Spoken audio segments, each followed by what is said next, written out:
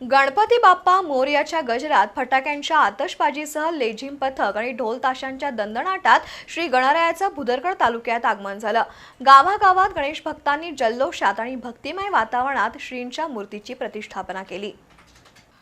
भुदरगड तालुक्यातील गारगोटी, वाघापूर, कडगाव, कोनवडे, पाचर्डेसह अन्य गावात गणरायाचं आगमन उत्साही वातावरणात झालं। गणपती बाप्पा मोरया मंगलमूर्ती मोरयाच्या गजरात आबालवृद्ध रंगून गेले होते। घरगुती गणेश मूर्ती नेण्यासाठी कुंभारवाड्यांमध्ये नागरिकांची गर्दी झाली होती। श्री गणेशाचं औक्षण करून गणेश मूर्तीची घरामध्ये प्रतिष्ठापना करण्यात आली। दुपारनंतर गारगोटीसह तालुक्यातील सार्वजनिक गणेशोत्सव मंडळांनी डॉल्बी, लेझिम पथकासह ढोल ताशांच्या गजरात गणरायाची मूर्ती आणली।